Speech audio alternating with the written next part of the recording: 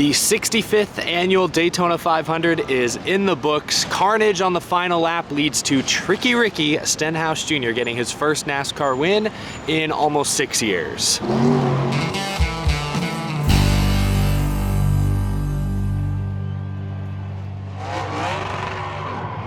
How's it going, y'all? My name is Eric. Welcome to Out of the Groove, coming to you once again from inside of Daytona International Speedway.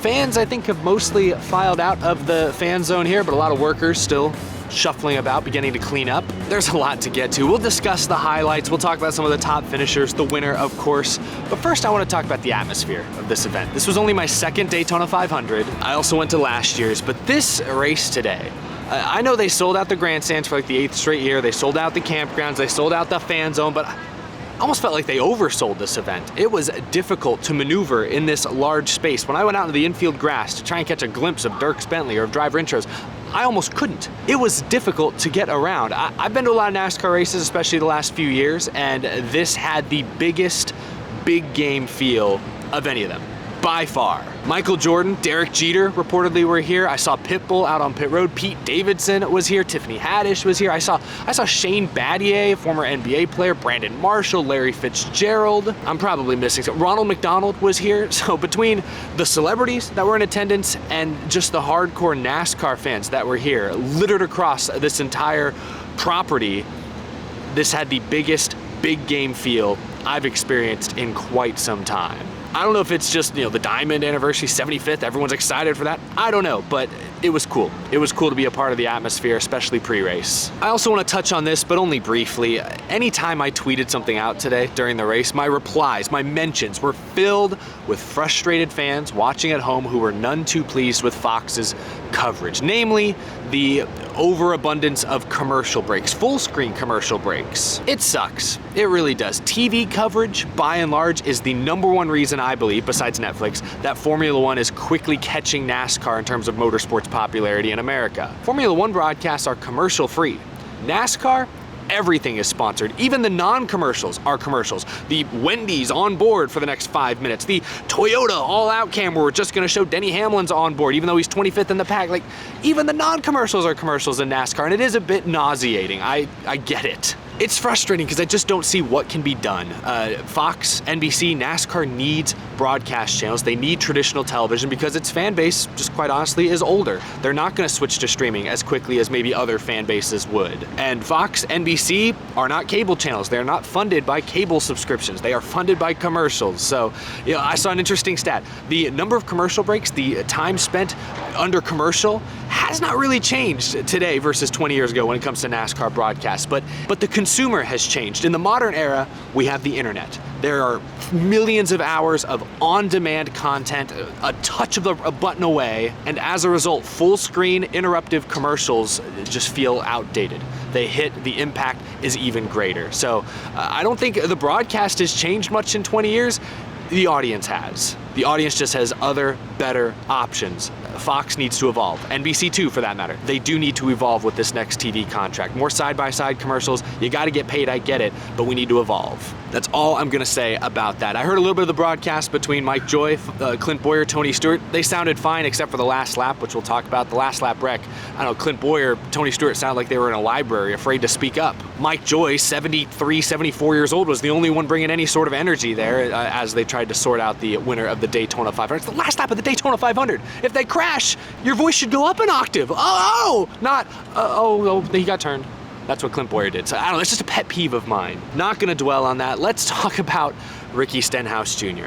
Ricky Stenhouse Jr. is living proof that, if you got good relationships with your sponsors and are good at one particular thing, if you're great at road courses, you can stick around for a long, long time, especially with the win and you're in playoff format. If you're great at super speedways, like Ricky Stenhouse Jr., typically has been, you can hang around. This was Ricky Stenhouse's first win since 2017. Remember that year he won 2 super speedway races, including the summer Daytona night race. He's over-aggressive at times, he's mistake-prone, sure, but he does find himself at the front of these races more often than I think your average driver does. His super speedway skill and his relationship with sponsors, Kroger continues to sign on with JTG Doherty, that's why Ricky Stenhouse is still in the Cup Series, that's why he just signed a multi-year extension last year to stay in that 47. He's in the playoffs now. I know we're not supposed to talk about the playoffs in February, but your Daytona 500 champ, Ricky Stenhouse, is now in the playoffs. At least he's in the provisional playoffs. We could have more than 16 different winners. It happened last year. Ricky Stenhouse Jr. was reunited with his old Xfinity Series crew chief this season, Mike Kelly. The two won 2 championships in the then Nationwide Series back in the day. They're back together in Cup now for the first time in like 7, 8, 9 years. Maybe we'll see improvement. Maybe this is the first of many good runs this year. He might even win multiple races like he did in 2017. You never know. Congrats to Ricky Stenhouse Jr., winner of this year's Daytona 500. But let's talk about some of the chaos and carnage on that last lap. It is frustrating that this race ended under caution due to a wreck that happened back in 10th place, really not in contention for the win. Pastrana just got a tap from Eric Almirola, awkward spot, made the rear of his car unstable, spun out. We saw a couple wrecks look like that tonight. Kyle Larson took a big hit though, glad he was okay especially. If that wreck does not happen, it looked like Joey Logano and Ricky Stenhouse Jr. were about to drag race down the backstretch. Larson had already gotten shuffled into the middle.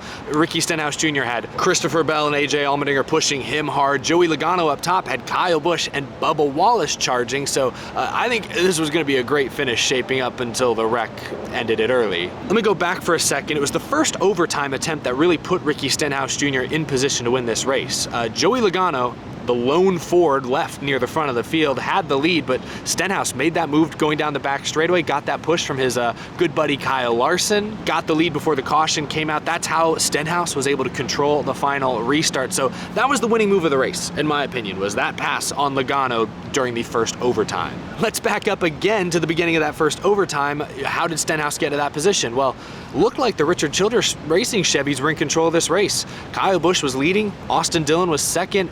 Instead of lining up together in either the top or bottom lane though, they chose to line up next to each other on the front row. And then they decided to do the whole teammate deal where the guy on the inside slows down a little so that the guy in the lead can drop down in front of him, and then they push. And the problem was, I just think they didn't have enough momentum because Dillon had to drag the brake a little bit longer to let Kyle Busch in.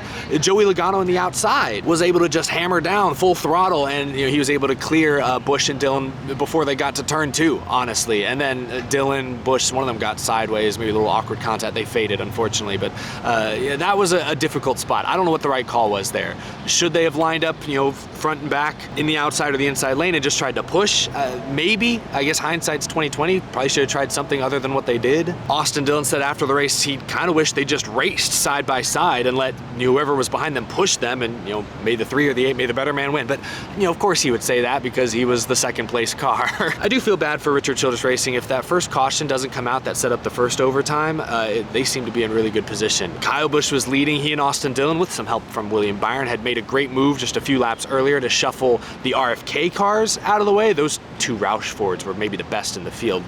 Buscher and Keselowski, they were blazing fast, but Busch and Dillon were able to shuffle them back to 5th or 6th, and we're kind of in a great spot before the, I think it was Suarez had that flat tire. So twice this week that Daniel Suarez, inadvertently or not, kind of ruined Kyle Busch's race, but feel for Kyle Busch. He's so close to winning the Daytona 500. This was one of his best shots in a long time, and it didn't work out for him, unfortunately. When that first caution came out, Kyle Busch made the joke over the radio that, hey, if this was still 1998, when Dale Earnhardt won the Daytona 500, Kyle Busch would be the winner because it would have finished under caution under those rules. But those aren't the rules we have today. We have overtime.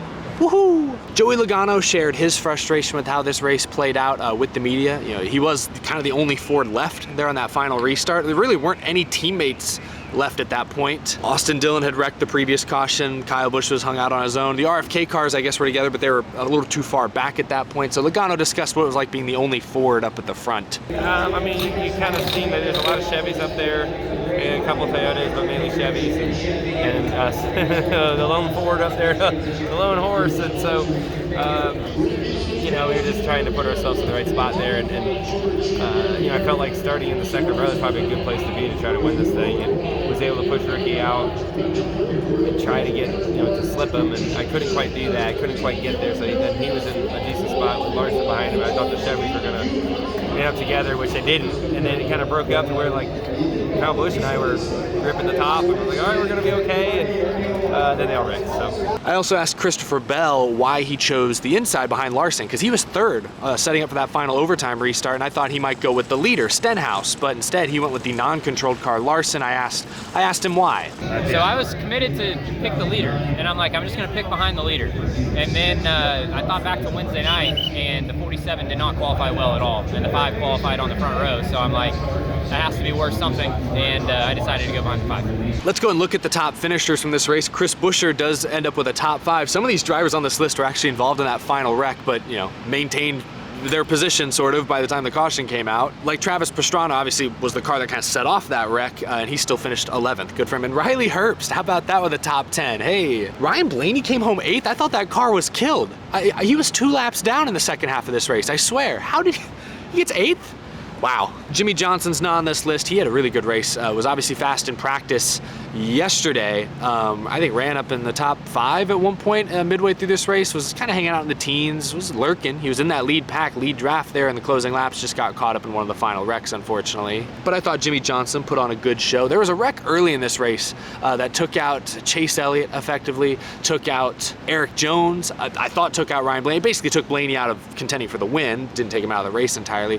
That wreck, it was just a weird stack-up deal. Reddick's car was unstable and a push spun him out, but that wreck took out 2 or 3 heavy hitters. Blaney, I think, was the heavy favorite. Eric Jones is a great plate racer. We all know that. And Chase Elliott won a couple of super speedway races last year if we count Atlanta. So yeah, a lot of heavy hitters taken out in that wreck, changed the complexion of this race, but those are your top finishers.